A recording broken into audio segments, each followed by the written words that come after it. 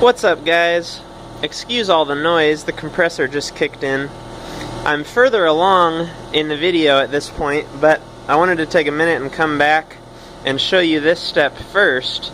That way, if you don't have air tools, you make sure to do this before you've removed everything that I've removed at this point.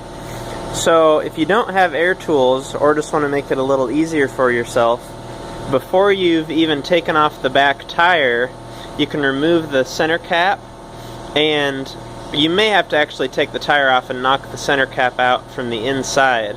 But regardless, once you've got the center cap out, you'll have access to this axle nut. So if you can picture the wheel sitting here, right in the center is this axle nut. And it's easiest to use a breaker bar and bust this nut loose with the tire on the ground. That way, when you do this, it doesn't spin and it's not all floppy like it is now, because I've removed a bunch of different bolts. But if you don't have air tools, or if you're not this far along yet, make sure to bust this axle nut loose. Today's video is on a 2005 Acura MDX, and what this customer states is that they have some what I would call rotational noise in the rear of the vehicle. And what I ended up doing to diagnose this is I had Jacob ride actually in the trunk of this vehicle while we drove slowly around the block, and it was kind of that squishy creaking noise that I associate with a CV axle. And he moved from the driver's side to the passenger side and noticed the noise much more prominently on the driver's side. So what we've done is gone ahead and diagnosed this vehicle with a bad driver's side rear CV axle. And on this particular car, you can't get the axle, at least in my area, you can't get a replacement axle. The only option is to have your old one sent in and rebuilt, which can take, I was told, I think 7 or 8 weeks. So that's not an option. What I ended up doing is calling a friend of mine at the Honda dealership, and he was able to get one for me. So if you're running into the same problem and you need an axle, check your dealership. And it's going to cost a little bit more. If you know someone, you can save a little that way, but that's what I've done. So today's video, not vehicle, is on replacing your rear CV axle on a 2005 or similar Acura MDX. Okay, so what I've done is first removed the wheel and lifted the rear of the vehicle. And once you've done that, those are going to be 19mm lug nuts. Once you've done that, what we've got to do is somehow we need to get the knuckle and the rotor and all this able to pull away from the vehicle so that we can get the axle pushed through and pulled out.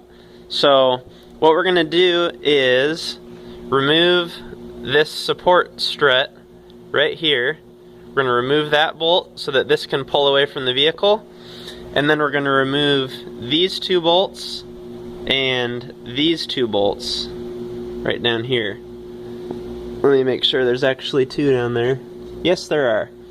So I'm going to remove those 4 total bolts and that 1 bolt, and then what it should allow me to do is hinge on this lower knuckle bolt, and once I remove the axle nut, I can hinge this whole knuckle away from the car and pop that CV axle out of the differential. So again, we're going to start by removing this 1 bolt up at the top here and these 4 bolts that hold the knuckle to this trailing arm right here. So I'll get that done and be right back. Okay, we're back. Excuse the radio in the background. So what I've done is, as I mentioned a second ago, remove this bolt that holds on our support strut here. This nut is actually captured on the right side, meaning it's welded to the chassis. So make sure you go to the left side with your 17mm. What I did is just took an impact up in there and buzzed that out. And you may have to use a wrench for a little while and slowly unthread it to get it out. but it's not difficult, it's just a little bit time consuming. Next, instead of removing these 4 bolts that I talked about, I actually just went further downstream, or upstream I guess you'd say, and removed these 2 19mm bolts that bolt up into the body. That way I just quickly buzzed those out instead of hassling with all 4 of these. So instead of those 4, remove the 2 on the other end of the trailing arm. And finally, one thing I didn't mention is the bottom shock mount bolt. It's actually a nut, I guess, you're going to want to remove, and that is right down here. It's a 17mm. Just pop that nut off, and there's a washer on the other side, and then you can give this shock a tap and slide it off of that stud and get it out of the way. Now, when we remove our axle nut, this whole thing is free to pull away from the car and allow us to pull the axle out of the knuckle, and then we'll pop it out of the differential, and that's where I'll pick up with the next clip. Okay, real quick, I've taken, what I do is take my smallest chisel, which is about a 5/16 I think, or 1/4 inch chisel, and that fits perfectly in this little detent in the axle. And what you do is, once you've got this torqued down, you knock down a chunk of this nut, and that sits down in this detent and keeps it from backing off. But in order to get the nut off, you've got to remove that little piece. It's actually turned a little bit now, but you've got to pop that back out so that you're allowed to remove it. So what I do is just stick that in there, hammer it in a little ways, and that pulls that out, so now I can loosen it. If you have not already loosened the nut, like I mentioned at the beginning of the video, now I'm going to take my impact and do that. And also, if you've watched my other videos, you know that I only have a 3/4 drive standard set. I don't have large metric sockets, so the wrong size is 1 7/16 inches, but if that's all you've got, it'll work. So let's just buzz this off real quick.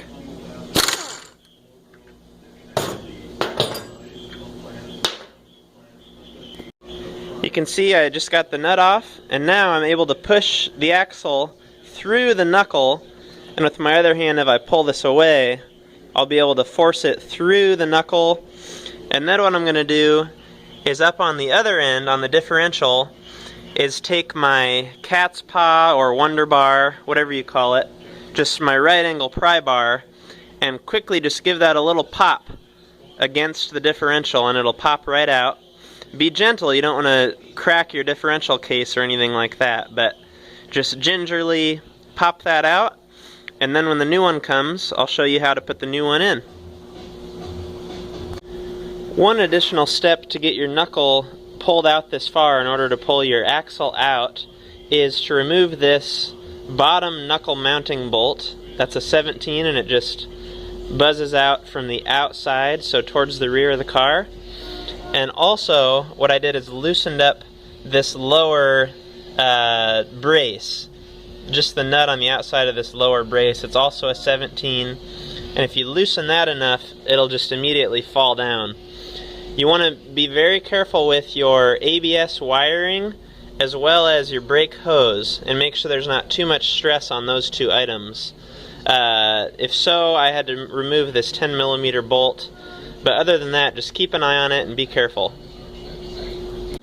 Here we are under the vehicle, and I've just gotten my CV shaft loose from the knuckle, and now I misspoke. I said a right angle pry bar. I'm actually going to use my 18-inch breaker bar, and right up here between the gas tank and the exhaust, you can see right here, it fits perfectly. I've got the knurled end up in between the axle and the differential, and if I just give it a quick pop, there, you can see that it popped loose. It's probably hard to see, I've got poor lighting, but you will see and feel it pop loose. And now we can walk around the outside of the car and pull it right out. Okay, here's our new axle, direct from Honda. and I've compared it with the old one. It does match. And finally, here's a part number, a Honda part number, 42311-S3V-A61. So if you want to take that to eBay and see if it does you any good. And what I've done, it does not come with a new nut, at least mine didn't. So I took the old nut and I've threaded it on just flush to protect our threads. And now we're going to slide it in here until it just sits down on there so that you know the splines are somewhat lined up.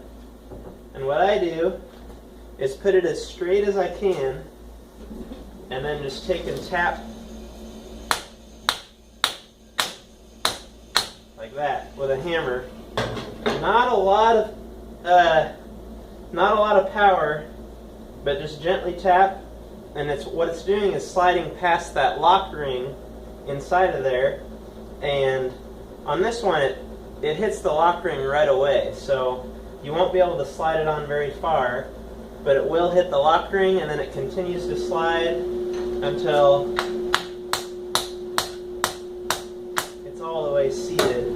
And another way you can double check this is by looking between the differential and the CV shaft, and when we took it off we used this breaker bar and it just fit in there. So I'm going to take this underneath and check just to make sure the gap is the same and we're fully seated. But in this case I know it's going to be fully seated because that lock ring was all the way at the end. So I know it's locked in place and it's not going to go anywhere, because once we get the knuckle up there and bolted in, it can't go anywhere.